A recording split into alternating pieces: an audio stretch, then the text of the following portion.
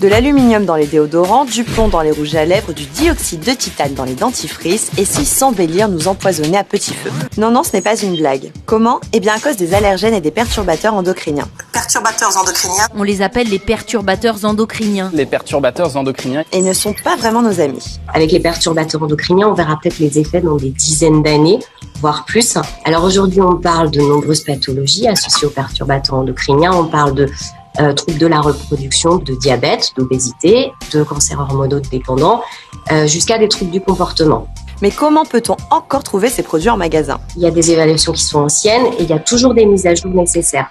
Entre un signalement sur un ingrédient et sa retranscription au niveau réglementaire par une limitation de concentration ou une interdiction, il peut se passer des années. Aujourd'hui, il existe quelques applications pour vérifier. On peut nommer Yuka ou encore quelques cosmétiques de l'UFC Que Choisir.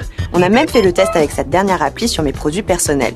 Alors, ce qui était assez intéressant dans ces tests, c'est que pour le coup, ni le prix ni la marque ne garantissent un bon produit. Et qu'on a même des produits d'une même marque des fois qui peuvent être d'une bonne catégorie et d'autres qui sont moins bons. Par contre, on a d'autres produits qui sont très connus et du coup très utilisés, comme la bébé crème, qui sont apparemment très mauvais. C'est le cas d'autres produits comme des baumes à lèvres, des poudres couvrantes, etc. Du coup, on a voulu se poser une question. Comment UFC Que Choisir catégorise-t-il les produits qui sont très bons des très mauvais et sur quels critères se base-t-il ?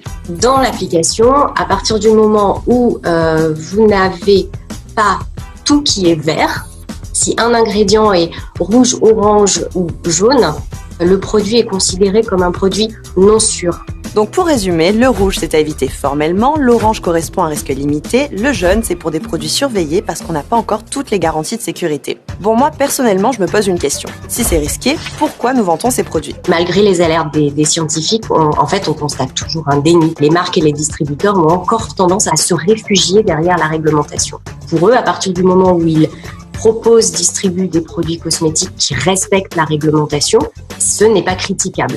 Ouais, sauf qu'il faut parfois des années pour changer la loi, qu'on ne prévient pas assez en France des risques de ces produits, comme pour les femmes enceintes qui utiliseraient plus d'une dizaine de produits au quotidien. Ah, et c'est sans compter des substances qui proviennent de l'environnement, comme du plomb dans les pigments qui servent à faire du rouge à lèvres. Et vous n'irez rien là-dessus sur les étiquettes. Au 4 août 2018, UFC Que Choisir a recensé plus de 8000 produits à risque. Nous avons tenté de joindre L'Oréal et Sephora, mais ces deux entreprises n'ont pas souhaité répondre à nos questions. Bon, tout n'est pas perdu. Des alternatives existent, comme des enseignes bio ou faire ses produits soi-même. Et même si les marques sont de plus en plus nombreuses à changer d'elles-mêmes leurs formules, et si des outils permettent aujourd'hui d'aider les citoyens dans leur choix, il reste encore du chemin à parcourir pour avoir beaucoup plus de produits sains.